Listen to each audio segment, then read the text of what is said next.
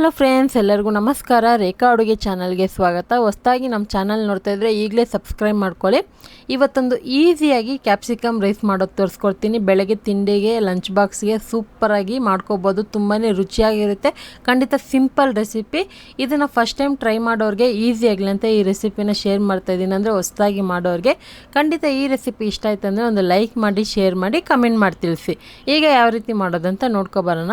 Stove ಮೇಲೆ ಒಂದು ಕಡಾಯಿ ಇಟ್ಕೊಂಡು ಒಂದು 3 ಟೇಬಲ್ ಸ್ಪೂನ್ ಎಣ್ಣೆ, 1/4 ಟೀ ಸ್ಪೂನ್ ಸಾಸಿವೆ, 1/4 ಟೀ ಸ್ಪೂನ್ ಜೀರಿಗೆ, 1 ಟೇಬಲ್ ಸ್ಪೂನ್ ಕಡಲೆಬೇಳೆ ಹಾಕ್ಕೊತಾ ಇದ್ದೀನಿ. ಬೇಕಂದರೆ ಇದಕ್ಕೆ ಗೋಡಂಬಿ ಕಡಲೆ ಬೀಜ ಸಹನೂ ಹಾಕೊಬೋದು. ಯಾವಾಗೂ ಹಾಕ್ತಾಯಿದ್ರೆ ಒಂದು ಸ್ವಲ್ಪ ಚೇಂಜಸ್ ಮಾಡ್ತಾ ಇರಬೇಕು. ಸೊ ಯಾವಾಗ ಕಡಲೆ ಬೀಜ ಗೋಡಂಬಿ ಎಲ್ಲ ಹಾಕ್ತಾ ಇರ್ತೀರಲ್ವ, ಸೊ ಕೆಲವೊಂದು ರೆಸಿಪಿಗೆ ಸ್ಕಿಪ್ ಮಾಡ್ಕೋಬೋದು.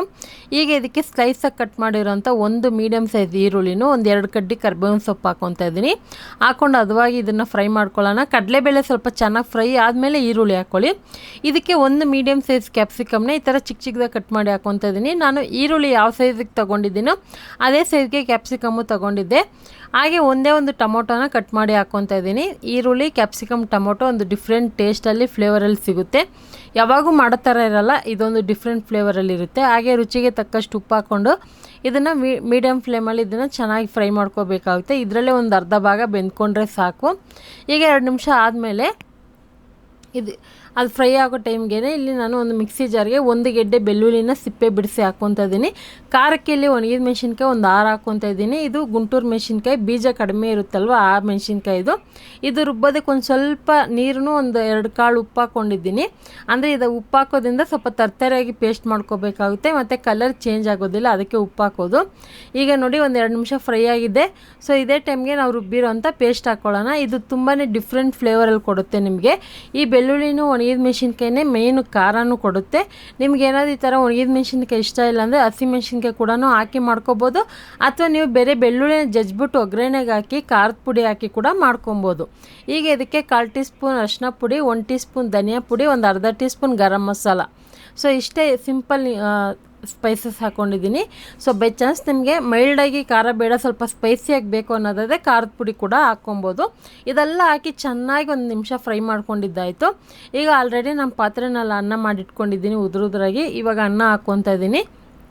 ಇದನ್ನು ನೀವು ಬಿಸಿ ಅನ್ನಕ್ಕೆ ಮಾಡಬೇಕಂತೇನಿಲ್ಲ.